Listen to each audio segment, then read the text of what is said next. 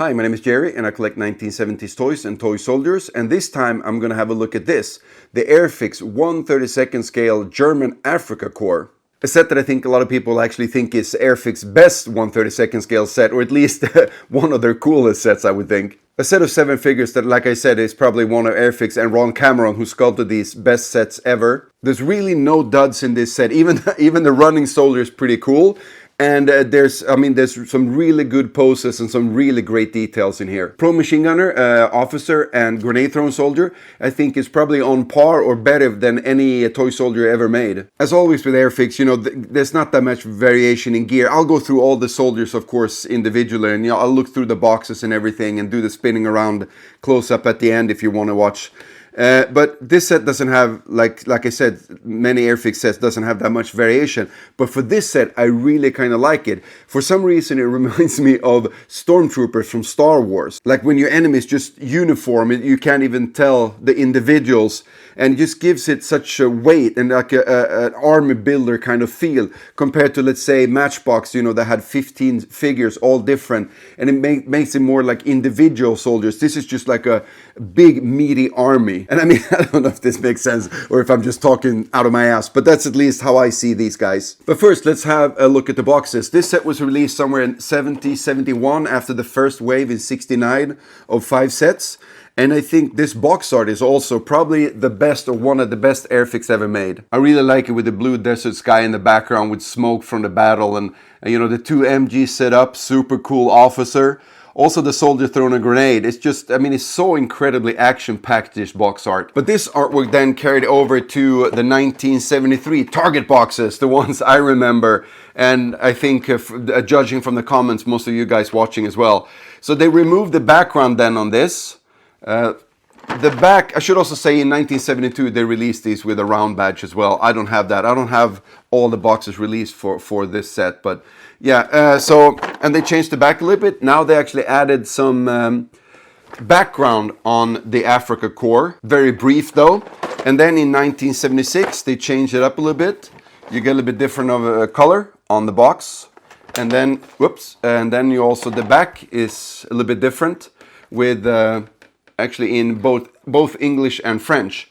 And this one is kind of neat. This is actually US Airfix, Waco, Texas. They had a facility there where they first started packaging these, and then actually cast some of the figures and some of the sets over there as well. And then for the 1980-ish release, the actually German Africa Korps was not included in that series of figures. And then in 83, 84, when Palitoy, General Mills, bought out the company, this was actually part of only 5 sets released that year, and there was no 8th Army or nothing. And this is also kind of interesting, at least to me, that early 80s they started actually not depicting war or battle on the boxes, because there was a lot of lobbying that kids are going to be like gun-crazed maniacs if they could see artwork on toy soldier boxes that depicted war. So this is kind of interesting, because since all of the figures in the set, except for the officer, really looks like they're engaging in combat, they actually put on the figure that's not in the set. This soldier is only in the 1/72 scale set. The machine gunner with the ammo box running, it's not a very great figure, and I guess you'd be kind of disappointed when this was not actually in the set when you bought it. Or maybe you're just glad that you actually didn't get a boring figure in such a great set of toy soldiers. And the Africa Korps was also in the Humbrol release later in 86, I believe. But then, actually, when Hornby took over, so in 2009, they actually released them in the red boxes, which is really cool. These are the hard plastic ones that I like for painting, because they're easy to remove mold lines and they're easy to adhere paint to. So this is actually a pretty good set, even though it's not a great toy soldier set. So that's the boxes. Let's have a look at the figures. In a set you get 29 figures. Out of that you get 1 officer, you get 4 grenade throwing soldiers, you get 5 standing riflemen, and you get 4 running soldiers, 4 machine gunners with ammo boxes, 5 kneeling riflemen, and 5 submachine gunners. The officer first. It wasn't part of my top 3 when I did that video on all the different World War II officers from Airfix.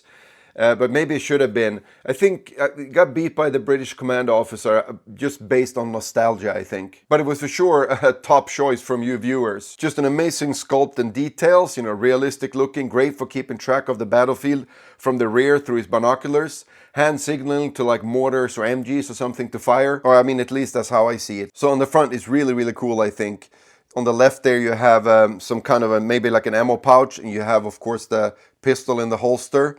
He's got the goggles up on his cap up there like Rommel did, or maybe all the soldiers did that. And it's got the little scarf there as well. And on the back I think there's some really neat details here. Water bottle slung like that.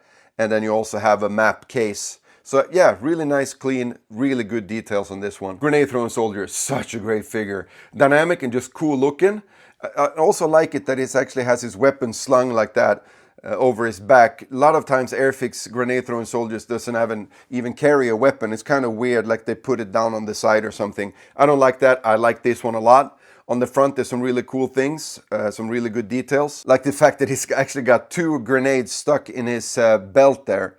Really nice. The back, like I said, the rifle is there. He's got the gas mask canister. Also have a little entrenching tool there. So basic equipment. No backpacks or anything like that. Only thing though I find kind of a bit odd is the way he's holding the grenade. Why is the grenade facing forward? That's not how you would throw it. But I think that lends it to like everything is kind of, the feeling is it's like it's moving forward, everything, right? He's leaning forward, the grenade is going forward, and the rifle on the back is going forward. So it just gives it like such a great dynamic feel to it. Maybe not how you would do it in real life, but for a toy soldier, I think it's really cool. Running soldier. What I really like about this compared to other Airfix running or walking soldiers is that this one you can almost imagine that he's like running and gunning from the hip. Just the way the rifle is actually pointing forward like that. I think it's really, really neat. Other than that, same details as some of the others. Got the gas canister, entrenching tool, and water bottle back there. Really, really good. I think the rifles, the Kar 98s on these are pretty correct.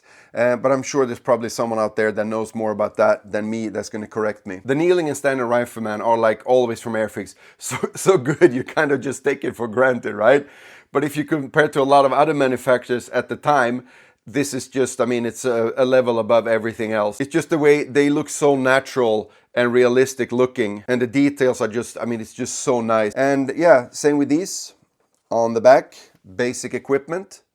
I really like both their stands as well. And they're just so good. It almost looks like tiny real people in yellow or beige. And it's almost like they're gonna start moving any second now because they just look so realistic in everything. An MP41 that he's carrying, it's really hard to see there, but oh, you can see at the bottom a little bit there, maybe, if I can get it to focus. It actually looks like it's got the wood stock, so it's not an MP40, it's an MP41. I kind of figured that out from the internet, trying to learn. But this one is really cool. I'm not sure if that pocket is really, or the pouch, I should say, is really the correct one for the magazines for this weapon. And also, this is really cool that it's got 2 grenades stuck in his belt there on the back. Really neat little figure. And this one is... yeah, this is real Airfix classic figure. And now we're really talking the machine gunner. Great pose, again, very realistic looking. Would have been cool to get a loader for this one, like with the German infantry set. I'm not sure if this MG is 100% correct, but I guess it should be like an MG34, judging from the round barrel. And pretty much everything else on it should be, I guess it's pretty correct then. And this one is so cool, because it's got the ammo, belted ammo going around his shoulder and neck there, around his body. It's just so neat. It looks so cool. And then these ones, the elusive, always elusive ammo cans that a lot of times are missing.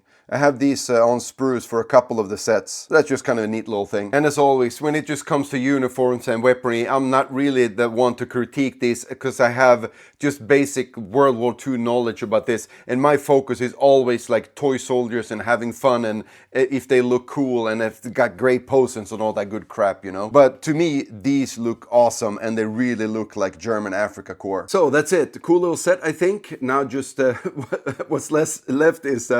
the close-ups if you want to watch them on your own with some nice calm music in the background. But anyways, yeah, like I said, that's it for this time. Catch you guys in another video. Cheers!